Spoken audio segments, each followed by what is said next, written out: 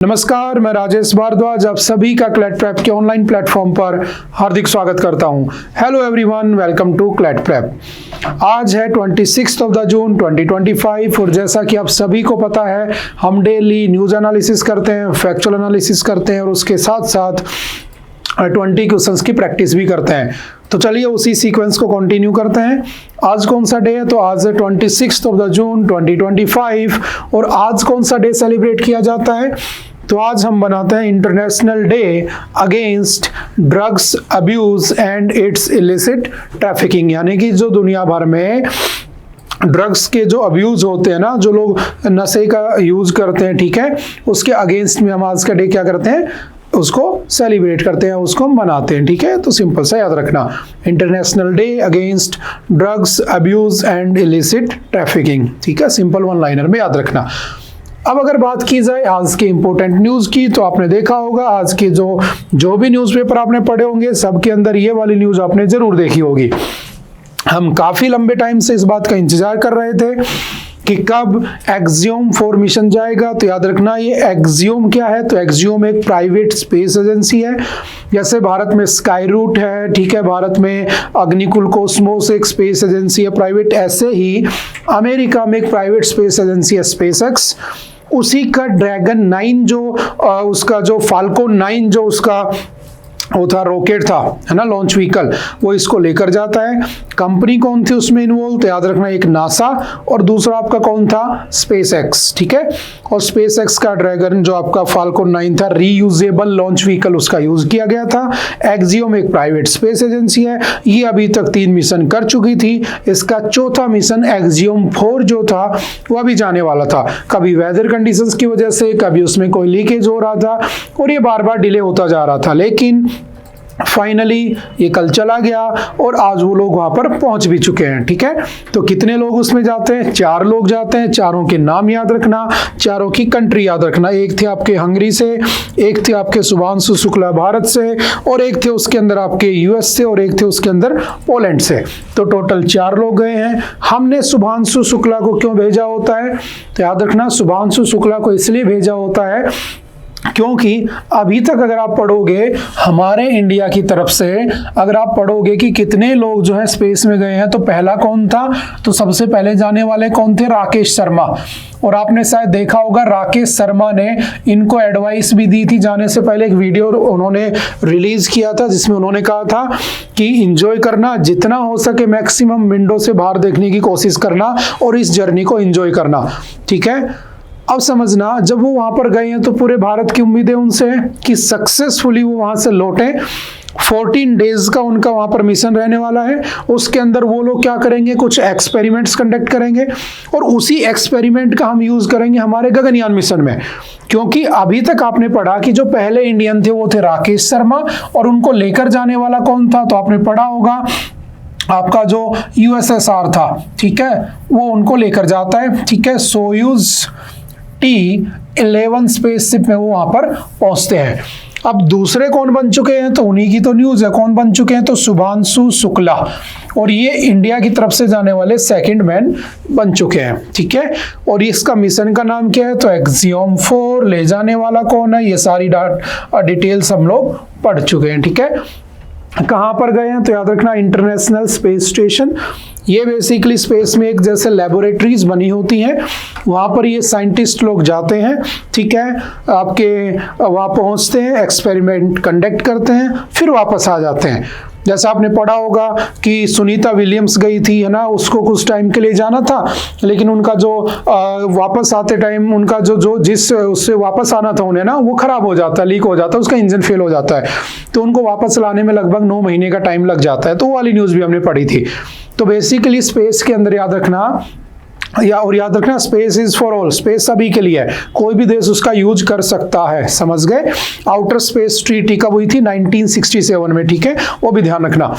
अब क्या हुआ, जब ये पहुंचेंगे तो कहां पर, ISS इंटरनेशनल स्पेस स्टेशन में। और देखो कितनी अच्छी टेक्नोलॉजी है, वहां पर एक लेबोरेटरी बना रखी है, लेबोरेटरी का एक गेट खुला, वहां पर ये मिशन पहुंचा, वहां पे वो डॉकिंग समझते हो, जुड़ जाना, ठीक है, जैसे हमने अभी स्पेस डॉकिंग एक्सपेरिमेंट किया था, क्योंकि हमारा भी मिशन है कि हम भी स्पेस में अपना मिशन लॉन्च करें, हमारा बेसिकली स्पेस स्टेशन होना चाहिए। तो हमने अंतरिक्ष स्टेशन बनाने की बात कर रखी है ना, अंतरिक्ष बोले तो स्पेस ही कह देते हैं, हम हिंदी में नाम रख रहे हैं बस, भारतीय अंतरिक्ष स्टेशन BAS, ये हम बना लेंगे 2035 तक। तो उसके लिए हमने डॉकिंग एक्सपेरिमेंट भी किए थे, ठीक है, ऊपर आपकी जो दो शिप ले जाकर हमने उनको क्या कर दिया था, डॉक कर दिया था, एक साथ जोड़ दिया था।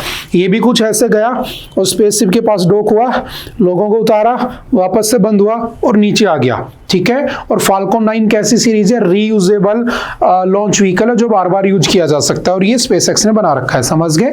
ये बेसिक बातें याद रखना, काफी बार हमने पढ़ा भी है, लेकिन हाँ फाइनली ये सक्सेसफुली जा चुका है। तो इनकी सारी की सारी जो डिटेल्स है वो हमें पता होनी चाहिए, ठीक है। शुभांशु शुक्ला जो है फर्स्ट इंडियन बन जाएंगे कब, 41st ईयर के बाद, जब एक्सियम 4 वहां पर पहुंच चुका होगा। कहां से भेजा गया इसको, कैनेडी स्पेस सेंटर से, जो कि कहां पर बना हुआ है, कहां पर बना हुआ है आपका फ्लोरिडा में। और जब ये ऊपर गए तो जाने के बाद इनका पहला कौन सा मैसेज आया, तो सिंपल सा याद रखना, this is not the start of my journey to the ISS but the start of India's human space programme. I want my countrymen to become part of this journey, let us join together and start India's human space programme. जय हिंद, जय Bharat, group captain Shukla said in his first message from the mission, ठीक है। तो simple सा याद रखना, 4 लोग हैं, चारों के नाम याद रखना, कौन लेकर गया, कैसे लेकर गया, इसका तुम्हें पता होना चाहिए।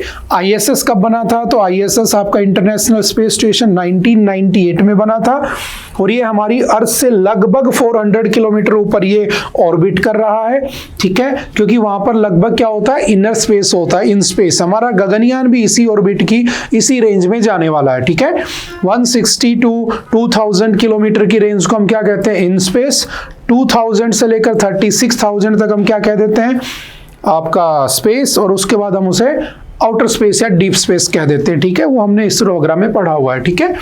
और ये किस स्पीड से ऑर्बिट कर रहा है, तो याद रखना 15.5 ऑर्बिट पर डे, एक दिन में 15 चक्कर लगा लेता है स्पेस स्टेशन, किसके, अर्थ के।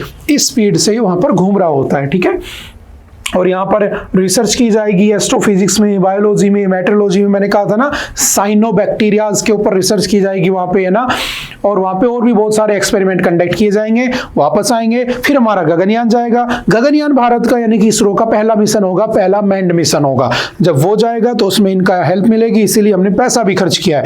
लगभग कितना पैसा दिया गया, तो याद रखना लगभग 550 करोड़ रुपए भारत सरकार की तरफ से दिए गए हैं। क्यों, क्योंकि वो एक प्राइवेट स्पेस मिशन है, ठीक है। तो हम एक्सपेरिमेंट लेने के लिए हम उनको भेज रहे हैं, तो सिंपल सा याद रखना, ये सोलर से पावर्ड होता है इंटरनेशनल स्पेस स्टेशन, जो लगभग 160 किलोवाट की एनर्जी बना लेता है, जिससे वो चलता रहता है, ठीक है। इसमें याद रखना नासा, ठीक है, उसके बाद आपका रशिया की रोस्कोमोस, उसके बाद यूरोपियन स्पेस एजेंसी, जापान की जाक्सा और कनाडा की CSA, इन सभी ने मिलकर इसे बना रखा है। 5 इसके मेजर कंट्रीज हैं, और उसके अलावा 15 टोटल कंट्रीज हैं जो इस इंटरनेशनल स्पेस स्टेशन का पार्ट है। लेकिन मेजरली 5 कंपनीज ने इसको, 5 देशों की स्पेस एजेंसी ने इसको बना रखा है, इस बात का भी ध्यान रखना।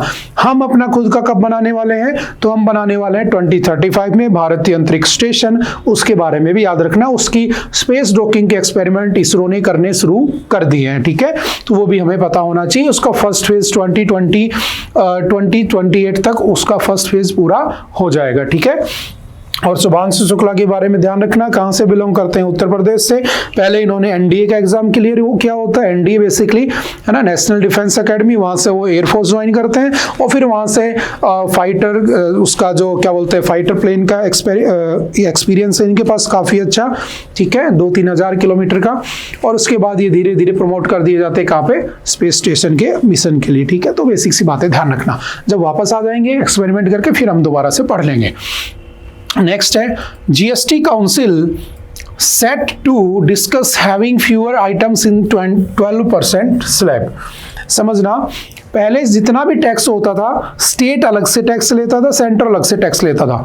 तो एक यूनिफाइड टैक्स सिस्टम बनाने के लिए क्या होता है, जीएसटी को इंट्रोड्यूस कर दिया जाता है। जीएसटी का मतलब होता है गुड्स एंड सर्विस टैक्स, ठीक है। और ये इंट्रोड्यूस कब होता है तो याद रखना 1 जुलाई, ठीक है, 2017 को इसको इंट्रोड्यूस किया जाता है। और इसके अंदर सारे की सारी जो भी गुड्स थी, ठीक है, सर्विसेज थी जो टैक्सेबल थी उसमें डाल दी जाती है। और उसका जो पैसा है पूरा का पूरा याद रखना 3 कैटेगरी होती हैं। एक होता है SGST यानी कि स्टेट वाला, ठीक है, एक होता है CGST यानी कि सेंटर वाला, और एक होता है ICGST, आपने पढ़ा होगा इंटीग्रेटेड, उसमें GST लगी होती है, IGST बोल देते हैं, ठीक है। अब बेसिकली 3 तरह की GST होती है। पैसा पहुंच जाता है सेंट्रल गवर्नमेंट के पास, उसके बाद पैसे का रीएलोकेशन वगैरह होता है। जैसे आपने बहुत बार सुना होगा कि सर अल्कोहल के ऊपर यानी कि लीकर के ऊपर क्यों नहीं लगाया जाता इसको, ठीक है, आपका फ्यूल हो गया, पेट्रोल हो गया, उसके ऊपर GST क्यों नहीं आती है, क्योंकि ये जो दोनों चीजें हैं इनसे स्टेट की क्या चलती है, सरकार चलती है, क्योंकि वहां पर वो पैसा स्टेट गवर्नमेंट अच्छे से पैसा ले सकता है। लेकिन अगर यूनिफाइड हो जाएगा, ठीक है, तो सेंट्रल गवर्नमेंट ज्यादा पावरफुल है पहले से ही टैक्स के मामले में। आपने पढ़ा होगा फाइनेंस कमीशन 41% तक शेयर करता है, वो 50% की डिमांड कर रहे हैं, तो बेसिकली स्टेट के पास पावर ही नहीं रह जाएगी फाइनेंशियली, तो वो नहीं चाहते, उसका अपोज करते हैं कि उसको ऐड नहीं होना चाहिए। मे भी आगे चल के ऐड कर दे, मे भी ना करें, बाद की बात है। क्योंकि आपने देखा होगा कि जैसे हरियाणा में पेट्रोल राजस्थान से 10-12 रुपए सस्ता ही मिलता है, तो वो स्टेट पे डिपेंड कर रहा है कि वो कितना टैक्स उस पर लेवाई कर रहा है, ठीक है, तो वो उससे बाहर रखा गया है, उससे हमने उसको बाहर रख रखा है, सिंपल सा याद रखना, ठीक है। और इसके अंदर बेसिकली 4 स्लैब बने होते हैं, 5%, 12%, 18%, 28%। कुछ लोगों का मानना है, कुछ एक्सपर्ट्स का मानना है 0% भी इसमें स्लैब में आता है। लेकिन जब 0% कुछ टैक्स नहीं है तो हम उसे नहीं मान सकते, लेकिन कुछ मानते हैं, ठीक है। तो 0, 5, 12, 18 और 28% माना जा रहा है। अब कहा जा रहा है कि 12% में बहुत कम चीजें रखी जाएं। अब देखो, अगर आप देखोगे ढंग से तो एक अच्छा सिस्टम था, है ना, एक यूनिफाइड मेथड था, लेकिन इसमें बर्बादी भी है बहुत ज्यादा। जैसे एजुकेशन, आज के टाइम पर एजुकेशन के नाम पर भी 18% टैक्स लगता है ना। अगर मैं बात करता हूँ हेल्थ के ऊपर भी तुम टैक्स लेके बैठे हो, है ना। कोई गरीब बच्चा पढ़ना चाहता है, उसकी बुक अगर 10 रुपए की आती है, तुम उस पर भी टैक्स ले रहे हो, ठीक है। तो कहीं ना कहीं इसके ऊपर कुछ इसका क्रिटिसाइज भी किया जाता है, ठीक है। अब ये अच्छा तरीका है पैसा कमाने का, इससे हमारी सरकार की इनकम भी बढ़ी है। आपने देखा होगा इस महीने जीएसटी का कलेक्शन इतना लाख करोड़ रुपए, इस महीने इतना लाख करोड़ है, वो अच्छी बात है। लेकिन हमें कुछ कुछ आइटम्स को निकाल देना चाहिए। तो ऐसी बात हो रही है कि कुछ आइटम्स को इससे निकालने की बात की जा रही है। कौन रिकमेंड कर रहा है उसे? जीएसटी काउंसिल की मीटिंग हुई है, ठीक है, जुलाई के अंदर होगी, ठीक है। तो उसमें हो सकता है कि ऐसी बातें की जाएं। तो सिंपल बेसिक बातें याद रखना। ये स्लैब बने होते हैं। कब आया था? 101st कॉन्स्टिट्यूशनल अमेंडमेंट 2016 में उसका इंट्रोडक्शन होता है, ठीक है। 1 जुलाई 2017 को वो इंट्रोड्यूस यानी कि इनेक्ट हो जाता है भारत में। उसको आर्टिकल मिलता है 279 का ए, उसका कॉन्स्टिट्यूशनल आर्टिकल मिलता है, तो एक कॉन्स्टिट्यूशनल बॉडी बना दी जाती है।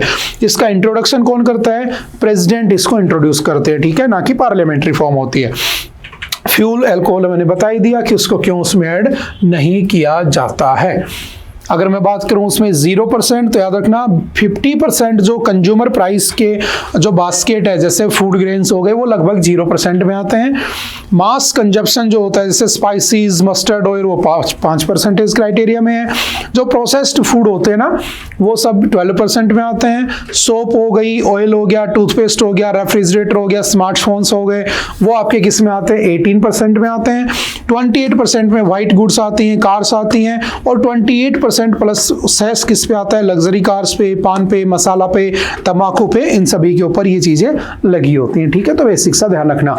जीएसटी एक मल्टी स्टेज टैक्स सिस्टम है। इसका बिल कौन सा था? तो याद रखना 122nd कॉन्स्टिट्यूशनल अमेंडमेंट बिल से। It was first introduced in 2014। आगे चल के इसी को 101st अमेंडमेंट करके बना दिया गया क्या? एक्ट।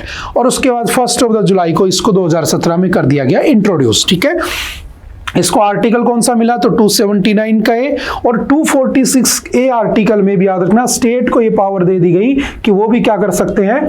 जीएसटी कलेक्ट कर सकते हैं, तो उनको भी ये पावर दे दी जाती है, ठीक है। वोट्स, अगर बात करें जीएसटी काउंसिल में जब वोटिंग होती है कि बताओ जीएसटी काउंसिल में पहली बात कौन कौन होता है जीएसटी काउंसिल में, याद रखना इसके मेंबर्स कौन कौन होते हैं। एक यूनियन फाइनेंस मिनिस्टर जो कि हमारी निर्मला सीतारमण जी हैं आज के दिन, minister of the state for finance एक ये बंदा इसमें होता है, और स्टेट फाइनेंस मिनिस्टर्स, हर स्टेट के फाइनेंस मिनिस्टर्स भी इसका पार्ट होते हैं। और जब ये वहां पहुंचते हैं और किसी टॉपिक के ऊपर डिसीजन लेना होता है, जैसे अभी मैंने कहा कि 12% से किसी को निकाल के किसी में डाल दो, एजुकेशन से जीएसटी हटा दो, इस बात का टॉपिक लाया गया, मीटिंग चल रही थी, काउंसिल में मुद्दा रखा गया, तो याद रखना उसकी वोटिंग शेयर क्या होती है, सेंटर जो होता है ना उसकी तरफ से 1/3% उसकी क्या होती है, वोटिंग होती है। 2/3% किसका शेयर होता है, स्टेट्स का शेयर होता है। और उसके बाद अगर किसी बिल से एग्री करना है, किसी बिल को लागू करना है, तो डिसीजन लेने के लिए कितने परसेंटेज चाहिए होता है, 75% सपोर्ट की नीड होती है। समझ गए? अगर 75% लोग किसी एक चीज की तरफ हाँ भर देते हैं तो उसके बाद उसकी तरफ डिसीजन ले लिया जाता है। तो ये थोड़ी सी प्रोसेस होती है। तो मेंबर्स याद रखना, कौन लीड करता है, तो याद रखना आपके जीएसटी काउंसिल को लीड कौन करता है, फाइनेंस मिनिस्टर ही लीड करता है। ठीक है, ये बेसिक सी बातें ध्यान रखना। मिनिमम कोरम कितना होना चाहिए, तो कोरम 50% होना चाहिए। कोरम मतलब कम से कम इतने लोग हों जिससे कि वहां पर कार्रवाई हो सके। जैसे आपने पढ़ा होगा हमारे कॉन्स्टिट्यूशन में भी पार्लियामेंट के लिए आर्टिकल 100 लिखा हुआ है ना, कि लोकसभा में कितने लोग होंगे तब कोरम चलेगा, तो कम से कम कितने होने चाहिए, 50% लोग होने चाहिए, सॉरी 1/10 होने चाहिए, जितनी प्रेजेंट संख्या उसका 1/10, और यहाँ पर कितना है 50%। ठीक है, सबसे पहले इसका इंट्रोडक्शन कब हुआ था, 2003 में, जो आपका केलकर टास्क फोर्स है KTF, उसने सबसे पहले कहा था कि भारत में जीएसटी होनी चाहिए, एक यूनिफाइड टैक्स सिस्टम होना चाहिए, सभी को एक ही टैक्स स्लैब में रख देना चाहिए। ठीक है, उससे इकोनॉमी बूस्ट करेगी, तो इन्होंने ऐसा कहा था। अब आप मुझे 2 क्वेश्चन बताना कि दुनिया में पहला कौन सा देश था, ठीक है, फर्स्ट कंट्री कौन सी थी जिसने जीएसटी को इंप्लीमेंट किया था, दूसरा जीएसटी डे किस दिन सेलिब्रेट होता है। ठीक है, ये 2 क्वेश्चन आप मुझे बताओगे। हालांकि हमने इस टॉपिक को अच्छे से डिस्कस कर लिया है, जो बेसिक बातें हमें पता होनी चाहिए। चलते हैं next. A Lofty concept, a governor and unwanted controversy. देखना समझना, आपने पढ़ा होगा पहले की चली आ रही है कंट्रोवर्सी ना, जबरदस्ती की कंट्रोवर्सी है, कोई काम नहीं उस चीज का, बस चल रही है। क्यों चल रही है, देखो समझना। हुआ क्या, ए पिक्चर ऑफ भारत माता, मदर इंडिया, भारत माता की फोटो देखिए, है ना, तो एक भारत माता की फोटो लगी हुई थी, has triggered A confrontation between the governor of Kerala and the state government. जो केरला का गवर्नर है और जो स्टेट की जो सरकार है उसके बीच में एक डिस्प्यूट हो गया है। हुआ क्या समझना, राजभवन क्या होता है, जहां पे गवर्नर बैठता है, ठीक है, उसे राजभवन कह देते हैं। तो वहां के जो सीएम है केरला के, वो राजभवन पहुंचे, कुछ और लोग पहुंचे, मिनिस्टर्स, सॉरी, जब वो वहां पर पहुंचे तो गवर्नर साहब ने एक मूर्ति लगा रखी थी, एक फोटो लगा रखी थी भारत माता की, और उसकी पूजा अर्चना करके और उनको काम करना था। तो स्टेट सीएम ने कहा कि हम इस बात को फॉलो नहीं करेंगे, क्योंकि हमारे कॉन्स्टिट्यूशन में कहीं नहीं लिखा कि हम भारत माता की जय करें, भारत माता की पूजा करें। क्योंकि हमारे कॉन्स्टिट्यूशन में देखो, गवर्नर एक कॉन्स्टिट्यूशनल पोस्ट है, यानी जिसका आर्टिकल है, आपको पता होना चाहिए गवर्नर का आर्टिकल कौन सा होता है, तो आर्टिकल नंबर 153 होता है। गवर्नर ओथ भी लेता है तो सिमिलर ओथ लेता है जो प्रेसिडेंट ओथ लेता है। गवर्नर की अपॉइंटमेंट भी कौन करता है, तो गवर्नर की अपॉइंटमेंट भी प्रेसिडेंट ही करता है। आपको भली बात ही पता है कि प्रेसिडेंट हर स्टेट में नहीं जा सकता है, इसलिए वो क्या करता है, अपने जगह पर गवर्नर भेज देता है, उनके अपॉइंटमेंट कर देता है। मिनिमम 35 ईयर एज होनी चाहिए, प्रेसिडेंट की नजर में एक्सपर्ट होना चाहिए और भारत का नागरिक होना चाहिए, बन गया गवर्नर। अब गवर्नर सीधा प्रेसिडेंट का आदमी है। प्रेसिडेंट नॉमिनल हेड होता है, आप जानते हो article 77 of the Indian constitution, governor is the nominal head of the president is the nominal head of the nation. तो एक्चुअल हेड कौन है, प्राइम मिनिस्टर। तो प्राइम मिनिस्टर ही उसको कंट्रोल कर रहा है ना, इनडायरेक्टली देखा जाए तो, और गवर्नर को कंट्रोल प्रेसिडेंट कर रहा है। अब वहां के सीएम साहब ने कहा, वहां के लोगों ने कहा बेसिकली कि ये सब सरकार की चाल है, यूनियन गवर्नमेंट की चाल है, वो जबरदस्ती ऐसा नाटक कर रहे हैं, जबकि ऐसा नहीं होना चाहिए। हम कॉन्स्टिट्यूशनल काम कर रहे हैं, तो हमारे वहां पर तिरंगा लिखा हुआ है, हमें नेशनल फ्लैग की रिस्पेक्ट करनी चाहिए। हमारे वहां पर नेशनल एंथम लिखा हुआ है, शायद आपको पता होगा। नेशनल एंथम जन Gana Mana was written by, किसने लिखा था? रविंद्रनाथ टैगोर ने। और it was adopted on the 24th of जनवरी 1950, जो लास्ट सेशन हुआ था उसका कॉन्स्टिट्यूएंट असेंबली का, उसके लास्ट सेशन में Jana Gana Mana was adopted as the national anthem of India. Doctor Rajendra Prasad was appointed as the president of India, उन्हें भारत का राष्ट्रपति बना दिया गया था। ठीक है, ये सब काम उसी दिन हुए होते हैं। तो इन्होंने कहा कि अगर जैसे उसके बारे में लिखा, नेशनल फ्लैग के बारे में लिखा है, जैसे इन्होंने कहा कि बेसिकली जैसे इन्होंने कहा कि उसके अंदर नेशनल एंथम लिखा है, नेशनल सॉन्ग लिखा है इवन, है ना, तो कि हमारा नेशनल सॉन्ग ये वंदे मातरम ये सब है, लेकिन वहां पर कहीं नहीं लिखा कि भारत माता की जय।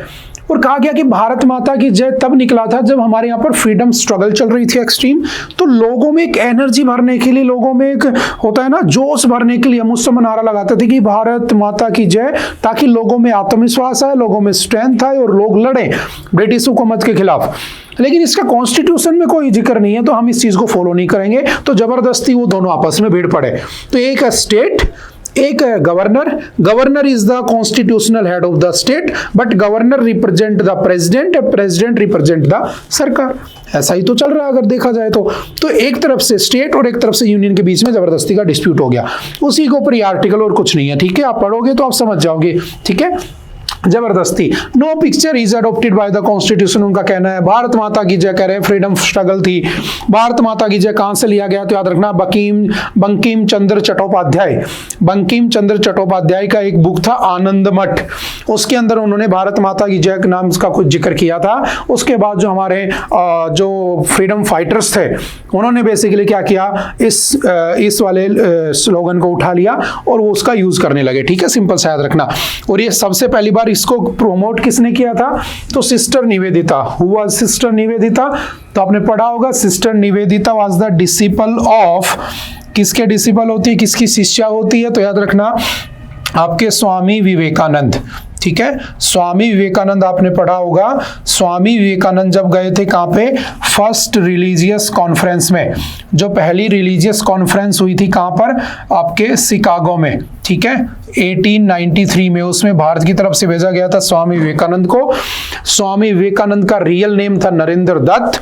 जब वो वहां पर जा रहे थे तो आपके राजस्थान के झुंझुनू के खेतड़ी के एक महाराज थे, महाराज Ajit Singh, He named him as Swami Vivekananda. ठीक है, फिर वो वहां गए। He represented India as a religious country, religion के बारे में बताया, क्योंकि रिलीजियस कॉन्फ्रेंस थी, किसी ने भी उनको टाइम नहीं दिया होता है, दुनिया में किसी को पता ही नहीं था कि हिंदू नाम का कोई धर्म है, सनातन नाम का कोई धर्म है। फिर एक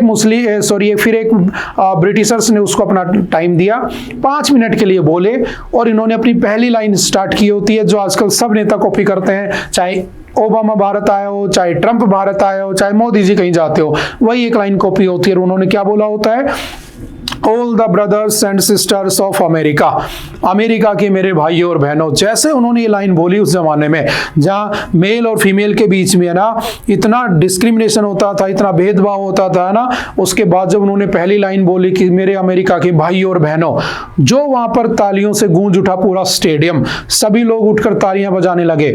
अब चेक करना, अभी आप यूट्यूब ही देख रहे हो ना, जैसे लेक्चर खत्म हो यूट्यूब पे सर्च करना first speech of Swami Vivekananda at Chicago, है ना, आपको पता चलेगा ना क्या उन्होंने भाषण दिया होता है।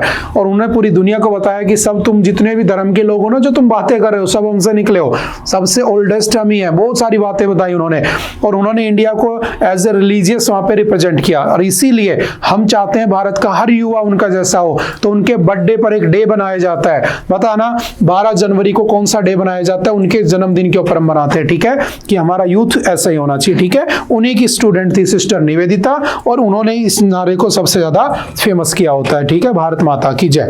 समझ गए, जबरदस्ती की कंट्रोवर्सी चल रही है, लेकिन हाँ न्यूज में है तो हम थोड़ा बहुत डिस्कस कर लेते हैं। ठीक है, चलते हैं थोड़ा सा आगे। Enabling voting rights for the migrant, समझना बहुत अच्छा टॉपिक है। आपने देखा होगा कि लास्ट ईयर जब इलेक्शन हुए थे लोकसभा के, है ना, जब इलेक्शन हुए थे लोकसभा के, तो इलेक्शन का जो ओवरऑल टर्नओवर था ना, वो टर्नओवर था लगभग 66%। यानी कि अगर 100% लोग वोटिंग डालने के लिए, इलेक्शन में पार्टिसिपेट करने के लिए एलिजिबल है, तो सिर्फ 66% लोगों ने ही वोट किया होता है। समझ गए?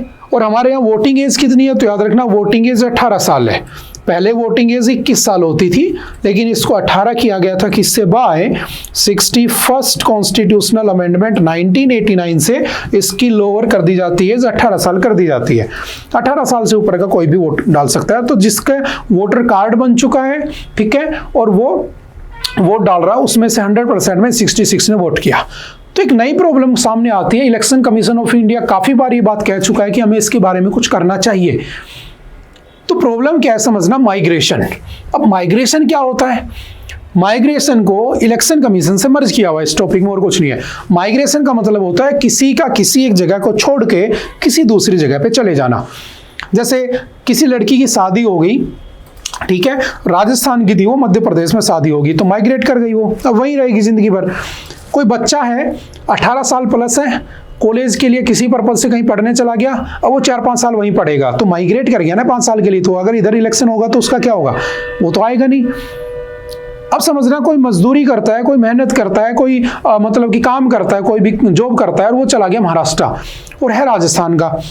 अब राजस्थान में इलेक्शन है तो वो वहां पे जॉब के लिए छुट्टी मांगेगा, उसका जो ओनर रहेगा, बॉस रहेगा, वो छुट्टी नहीं देगा, कहेगा क्या मतलब है तेरे एक अकेले के जाने से क्या फर्क पड़ जाएगा, यहाँ पर काम टिकेगा। वो भी सोचेगा यार छुट्टी लेके जाना पड़ेगा, है ना, तो छुट्टी लेके जाना पड़ेगा, पैसा कटेगा, आने जाने में पैसा लगेगा, तो उससे अच्छा मैं ना जाऊं, मेरे अकेले वोट ना डालने से क्या होगा। इस चक्कर में जो लोग माइग्रेट कर गए ना, वो वोट डालने नहीं आते हैं। तो हमारा हमेशा वोटिंग टर्नओवर इतना रहता है, टर्नआउट। जब इस टर्नआउट को बढ़ाना है तो मुझे क्या करना चाहिए? माइग्रेंट्स जो होते हैं, जो माइग्रेट हुए हुए लोग हैं, उनके लिए भी मेरे पास कुछ प्रोविजन होना चाहिए। बस इतना सा जिक्र किया हुआ है। इलेक्शन कमीशन ऑफ इंडिया हम काफी बार पढ़ चुके हैं, हम थोड़ा सा डिस्कस कर लेते हैं किसके ऊपर? माइग्रेंट्स के ऊपर। तो माइग्रेशन हो सकता है शादी की वजह से हुआ हो, माइग्रेशन हो सकता है काम की वजह से हुआ हो, माइग्रेशन हो सकता है एजुकेशन के पर्पज से हुआ हो। किसी भी पर्पज से माइग्रेशन हुआ, हमें उस आदमी का भी वोट लेना चाहिए, ठीक है, ताकि वोटिंग टर्नआउट बढ़े, ताकि रिप्रेजेंटेशन बढ़े लोगों का। समझ में आ रही बात? और उसके लिए हमने कहा क्या करो? आरवीएम लेकर आ जाओ। आरवीएम क्या समझना? आरवीएम का सिंपल सा मतलब है कि वो जहां पर रह रहा है बेसिकली उस जगह पर, जैसे ईवीएम होता है ना, ऐसे remote electronic voting machines. Electronic voting machine EVM था।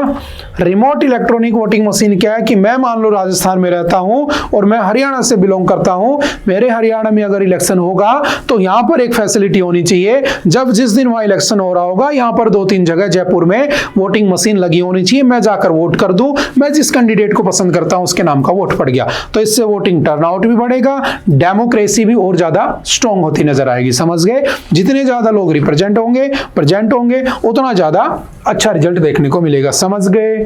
और याद रखना, अगर मैं बात करूं कि 2021 में माइग्रेशन रेट क्या था भारत में, 28.9% था।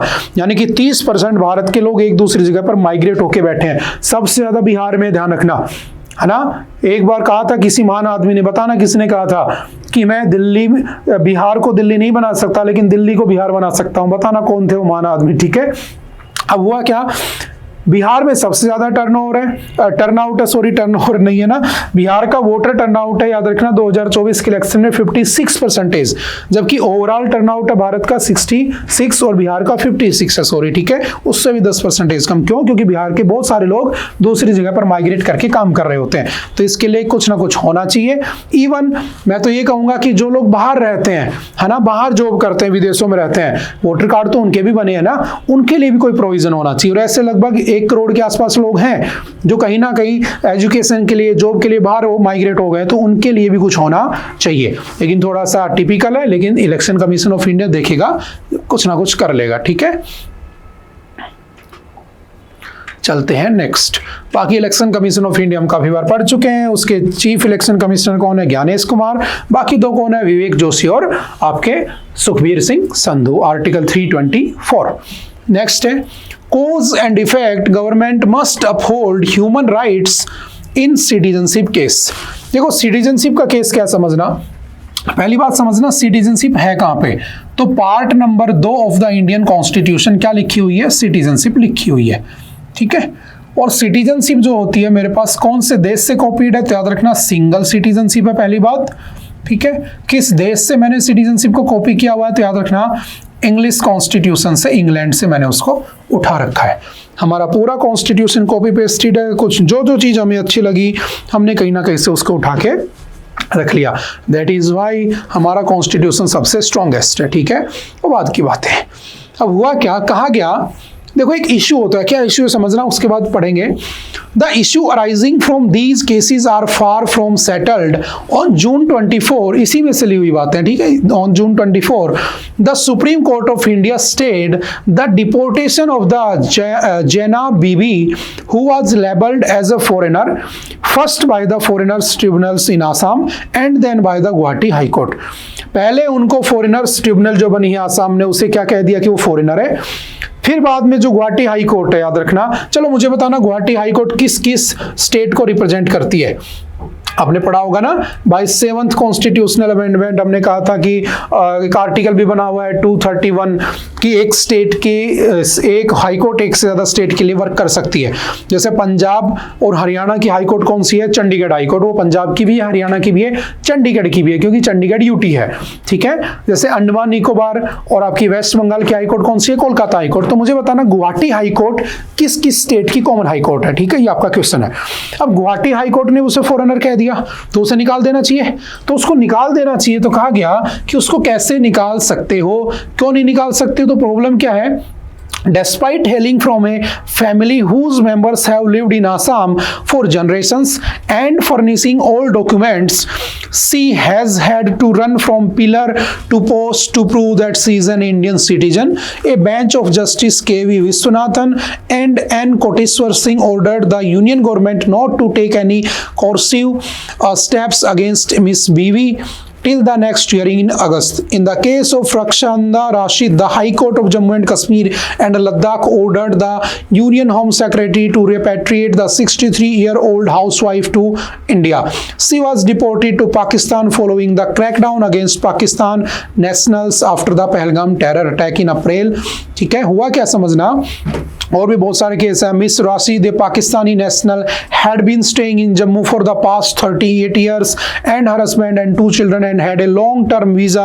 Her application for citizenship in 1996 is yet to be processed. समझना, बहुत से ऐसे लोग हैं जो भारत के नागरिक नहीं हैं बट वो भारत में बहुत काफी टाइम से रह रहे हैं। जैसे पहला केस हमने देखा आसाम का, दूसरा केस हमने देखा जम्मू कश्मीर का।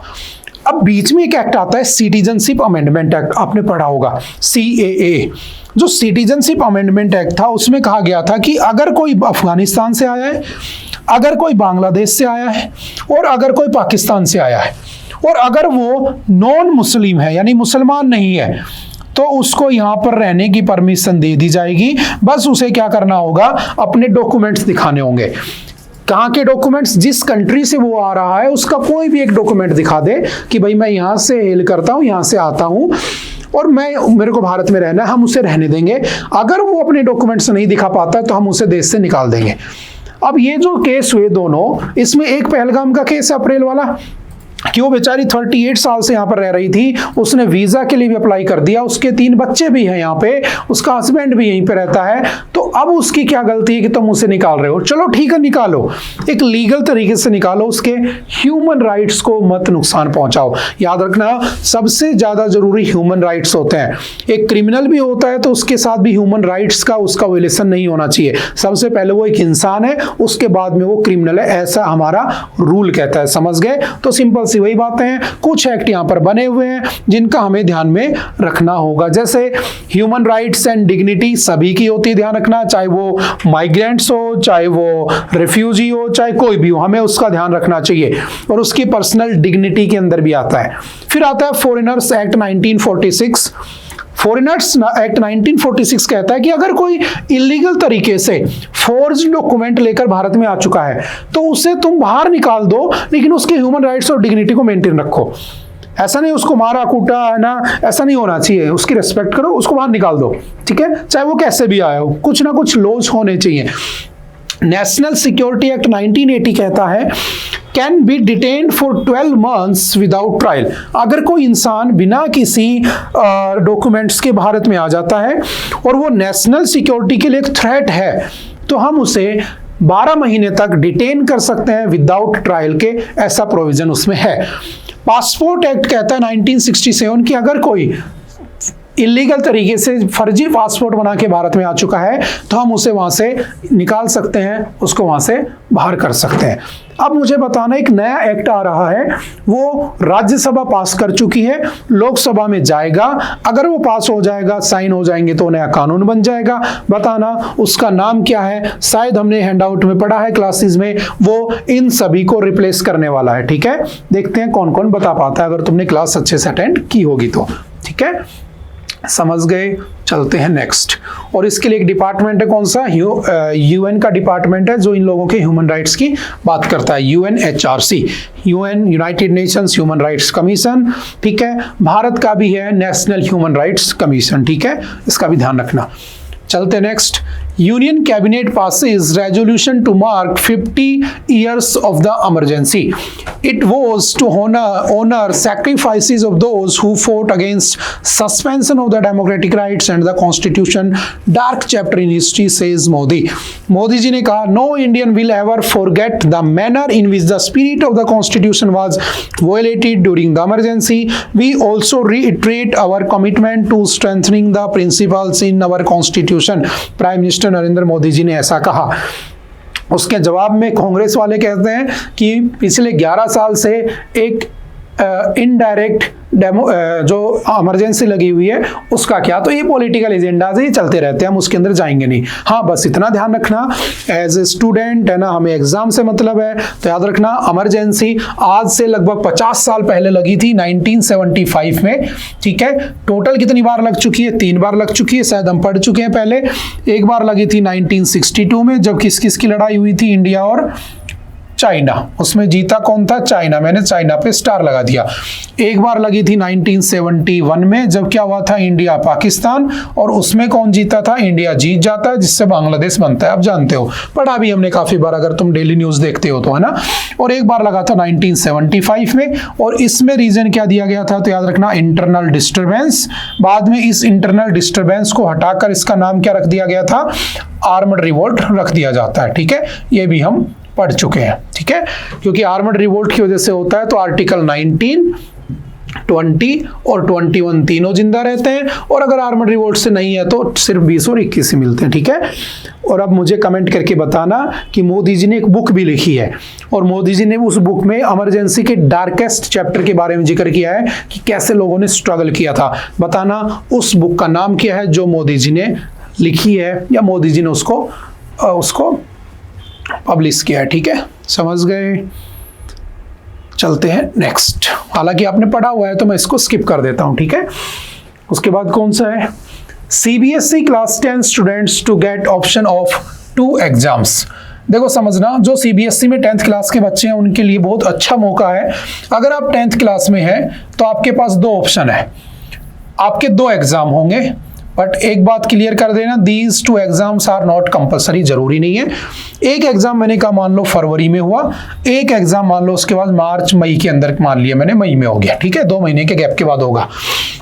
अब मान लो आप इसमें एग्जाम में बैठे, आपके नंबर आए, आपके अच्छे खासे नंबर आए, लेकिन आपके नंबर कम रह गए, आप चाहते हो इंप्रूव करना, तो कहा गया ठीक है इंप्रूव कर लो। आप कोई भी 3 सब्जेक्ट, समझना, कोई भी 3 सब्जेक्ट इसमें चूज करो और उसका दोबारा से री एग्जाम दो। और री एग्जाम का सिंपल सा एक एजेंडा है कि आप क्या करना चाहते हो, इंप्रूव करना चाहते हो, इंप्रूवमेंट चाहते हो। हाँ, याद रखना, अगर आप फेल हो गए हो तो आपको इंप्रूवमेंट का मौका नहीं मिलेगा, आपको 10th क्लास ही दोबारा करनी पड़ेगी। तो ये सिर्फ पास हुए बच्चों के लिए ध्यान रखना। जो बच्चा पास हो गया और उसको लगता है कि मेरे नंबर और ज्यादा होने चाहिए थे, तो अपने नंबर को बढ़वा सकता है। कैसे बढ़वा सकता है, इंप्रूवमेंट एग्जाम दे दे, जो कि 2-3 महीने के अंदर में करवा दिया जाएगा। समझ गए, मिनिमम या कम से कम 3 सब्जेक्ट, मैक्सिमम 3 सब्जेक्ट वो चूज कर सकता है जिसमें उसको नंबर बढ़ाने के चांसेस है। जो फेल हो चुका है वो फेल हो चुका है, उसके लिए कोई ऑप्शन नहीं है। और लाने वाला कौन है, सीबीएसई। ये सिंपल सा प्रोविजन लाने की बात की जा रही है। It will be enacted from the academic year 2026-2027। 2026 से जो एकेडमिक ईयर स्टार्ट होगा, यानी अगले साल से जो बच्चा 10वीं में होगा उसके लिए ये लागू होगा। समझ गए? इस बार लगभग 23.72 लाख बच्चे 10th के एग्जाम दिए थे, उसमें से 93.66% पास हुए, बाकी फेल हो गए। तो इस क्राइटेरिया को बढ़ाने के लिए, बच्चों को मोटिवेट करने के लिए ऐसा लाया गया। बट क्या ये फेल हुए बच्चों के लिए है? नहीं है, सिर्फ पास हुए बच्चों के लिए। तो ये इसकी कमी है। या तो ये फेल हुए के लिए भी होना चाहिए था कि जो बच्चा पहले में फेल हो गया वो दूसरे में भी दे दे, और अगर वहां पास हो गया तो उसे पास मान लिया जाए। नहीं, ऐसा नहीं है। लेकिन हाँ, अब कोई पूछेगा आप में से कि सर ऐसा है कि मैं पहले में आया था 70% और री एग्जाम देने के बाद मेरे हो गए 65%, तो याद रखना जो मैक्सिमम नंबर है वही काउंट होंगे। ठीक है, तो घबराना नहीं है। हो सकता है 70 से 80 हो जाए, हो सकता है 70 से 60 हो जाए, तो आपके 70 तो एटलीस्ट काउंट ही होंगे। समझ गए? ये उसमें सिंपल सा प्रोविजन है। लाने वाला कौन है? सीबीएसई। और सीबीएसई कब आया था? 1929 में। ठीक है, इसका एस्टेब्लिशमेंट हो जाती है। पहले ये राजपूताना जो आपका रीजन था उसी के लिए बना था। ठीक है, मेवाड़ हो गया, जोधपुर हो गया यहाँ के एजुकेशन सिस्टम के लिए। बाद में इसको 1952 में central board of secondary education के नाम से बना दिया जाता है, सीबीएसई। ठीक है, सिंपल सी बातें ध्यान रखना। ठीक है, अब एक बात समझना, इसकी कमियां क्या है? क्या ऐसा होना चाहिए क्या रियल में? क्या ये सही है क्या? ये जो आपकी नेशनल एजुकेशन पॉलिसी आई है 2020, उसी के अंडर इसको इम्प्लीमेंट किया गया है। हम काफ़ी बार पढ़ चुके हैं। नेशनल एजुकेशन पॉलिसी तीसरी है, पहली 68 में थी, देन 86 में थी, देन 2020 में है। ठीक है, वो लैंग्वेज वाला डिस्प्यूट याद होगा। तो बताओ मुझे, क्या सही है? क्या सही नहीं है? क्योंकि सोचो, दोबारा एग्जाम जब देगा, है ना, दोबारा एग्जाम जब देगा तो पैसा तो लगेगा, फीस तो लोगे, और जब फीस लोगे तो कोई अगर मेरे जैसा गरीब आदमी है वो तो फीस दे नहीं पाएगा। एक बार के लिए बच्चे को बड़ी मुश्किल से पढ़ा रहा है वो, और उसका इंप्रूवमेंट के नाम पे तुम दोबारा पैसा ले रहे हो। तो या तो ये क्या होना चाहिए था? बिल्कुल फ्री होना चाहिए था। इसमें आप कोई पैसा नहीं लेते तो अच्छा होता। तो आप तो पैसा भी ले रहे हो, तो ये तो अच्छी बात है नहीं। दूसरी बात है कि जो आपका गरीब आदमी है वो कैसे सरवाइव कर पाएगा? क्या उसकी वैलिडिटी कितनी रहेगी? क्या ये बच्चों को मोटिवेट कर पाएगा? क्या बच्चों को डीमोटिवेट करेगा? बिल्कुल डीमोटिवेट करेगा, स्ट्रेस में चले जाएगा बच्चा। एक बार 70% आ गए, घर वाले कहेंगे और पढ़। जैसे एक केस देखा ना आपने, आज ही के न्यूज़पेपर में था, लेकिन वो हमारे काम की न्यूज़ नहीं थी इतनी एग्जाम के पॉइंट ऑफ व्यू से, कि एक लड़की के मॉक पेपर में कम नंबर आ गए। नीट की पता नहीं किसकी तैयारी कर रही थी, उसके पापा ने उसको इतना पीटा कि नंबर कैसे कमा गए, बेचारी की डेथ हो गई। तो ये भी तो एक स्ट्रेस का पार्ट है ना। तो क्या ये हो जाएगा बच्चों में? तो ये भी तो नहीं होना चाहिए। हमें सब चीजें गौर करनी होती हैं। और याद रखना, पहले वो अच्छा सिस्टम था जब हम थे। ठीक है, तो 8वीं क्लास में बोर्ड था, 5वीं क्लास में बोर्ड होता था, 10वीं क्लास में बोर्ड होता था, 12वीं क्लास में बोर्ड होता था। और अगर फेल हो गया तो दोबारा से पढ़ो। लेकिन अब फेलियर का कॉन्सेप्ट ही खत्म हो गया है। और जब से बच्चा फेलियर का कॉन्सेप्ट खत्म हो गया, बच्चा डरने लगा है। अब जो पहले के लोग हैं वो डरते नहीं है, वो फेलियर से नहीं डरते हैं, क्योंकि वो बहुत बार फेल हो चुके हैं। अब जो बच्चा होता है वो 9वीं 10वीं, आजकल देखा होगा एक ट्रेंड चल गया है, पहली क्लास में कोई बच्चा टॉप कर गया, घर वाले उसकी फोटो लगा रहे हैं, फर्स्ट, है ना, उसको टॉपर मिला है, 95% नंबर मिले हैं, है ना, और बच्चा पहली क्लास में है। बच्चा 5वीं क्लास में टॉप आ रहा है, घर वाले स्टेटस पे स्टेटस लगाए जा रहे हैं, उसको मोटिवेट कर रहे हैं, और स्कूल वाले जबरदस्ती उसको प्रमोट कर रहे हैं कि भाई अगली बार यही एडमिशन ले ले, अगर फेल कर देंगे तो भाग जाएगा, पैसा बनाना है। और वो ऐसे ही 5वीं 6वीं 7वीं 8वीं 9वीं 10वीं तक पहुंच जाता है, 11वीं 12वीं में जैसे तैसे करके पास होता है। फिर जब जिंदगी के लिए लड़ता है, जब कोई एग्जाम क्रैक करने के लिए लड़ता है, जब तुम्हारी तरह किसी इंस्टीट्यूट के लिए, किसी ऑर्गेनाइजेशन में जाने के लिए तैयारी करता है, तो फेल हो जाता है। और जब फेल हो जाता है तो वो उस फेलियर के स्ट्रेस को बर्दाश्त नहीं कर पाता। क्यों? क्योंकि उसने जिंदगी में कभी फेलियर नहीं देखा होता है। और जो पुराने लोग हैं वो डरते ही नहीं है, क्योंकि वो 5वीं में फेल हो चुके हैं। आपने देखा होगा पुराने लोग 8वीं में 3 बार फेल हुए, 10वीं में 2 बार फेल हुए। समझ में आ रहा है? तो जब तक डर नहीं रहेगा फेल होने का, आपके मन से स्ट्रेस भी नहीं निकल पाएगा। तो क्या इन चीजों को देखने की जरूरत है सरकार को, सीबीएसई को? तो डेफिनेटली इन पॉइंट पर भी ध्यान देना चाहिए, तभी जाकर बच्चे का होलिस्टिक डेवलपमेंट होगा। ठीक है, चलते हैं आगे।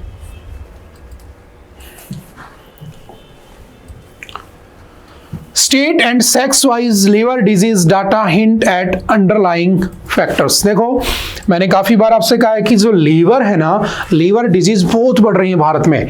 जैसे हमने पढ़ा था टीबी मुक्त भारत, उसका टारगेट ईयर 2025 इस साल ही है। हम बन पाएंगे नहीं बन पाएंगे बाद की बातें हैं। ऐसे ही हमारे यहाँ पर हमने टारगेट सेट कर रखा है कि हमें एलिमिनेट करना है, we have to eliminate the liver disease, किसी भी तरह के लीवर डिजीज, ठीक है, हेपेटाइटिस ए बी सी जो भी होता है हम सबको हटाना चाहते हैं। लेकिन एक डाटा आता है लास्ट ईयर कि अगर आप लोग रैंडमली अगर डाटा निकालोगे तो हर 30 में से एक आदमी के लीवर डिजीज है और सभी का लीवर फैटी हो रखा है, किसी का अल्कोहलिक है, किसी का नॉन अल्कोहलिक है। तो हमें इसके ऊपर ध्यान देने की बहुत जरूरत है, क्योंकि एक अंडरलाइंग डिजीज है जो कि हमें आगे चल के बहुत नुकसान पहुंचाने वाली है।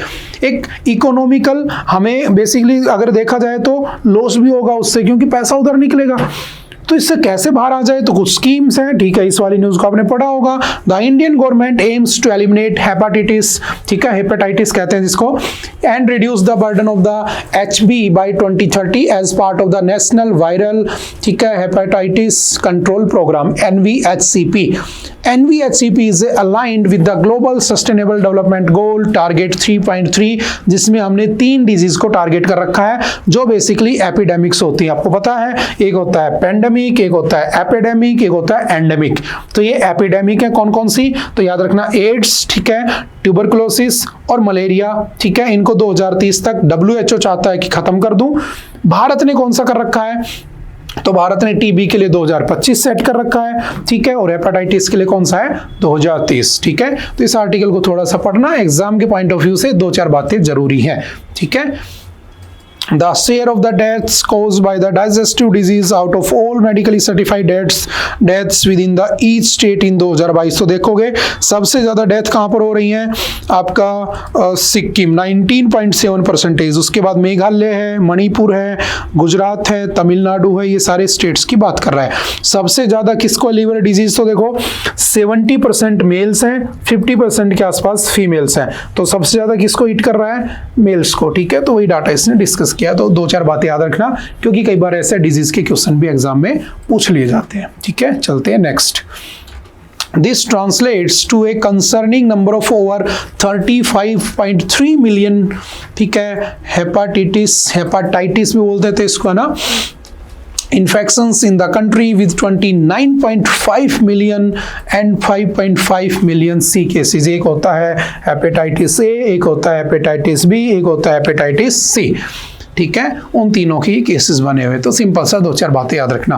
अगर देश की बात करें तो इंडिया की रैंक दूसरे नंबर पे है चाइना के बाद, ठीक है, सिंपल सा याद रखना। अगर दुनिया में 83.8 मिलियन केस जो हैं वो कहाँ से हैं, इंडिया से हैं, ठीक है, जो कि 27.5% शेयर है इनके केसेस का, ठीक है, सिंपल सा याद रखना। ओके, आई थिंक आज के लिए इतना ही था। आई होप कि आपको बातें समझ में आई होंगी। फिर भी अगर किसी तरह का कोई डाउट रहता है तो आप आकर एनी टाइम पूछ सकते हैं, मिल सकते हैं। ओके, मिलते दोबारा से नेक्स्ट लेक्चर में कभी। Okay, bye bye, thank you, have a nice day.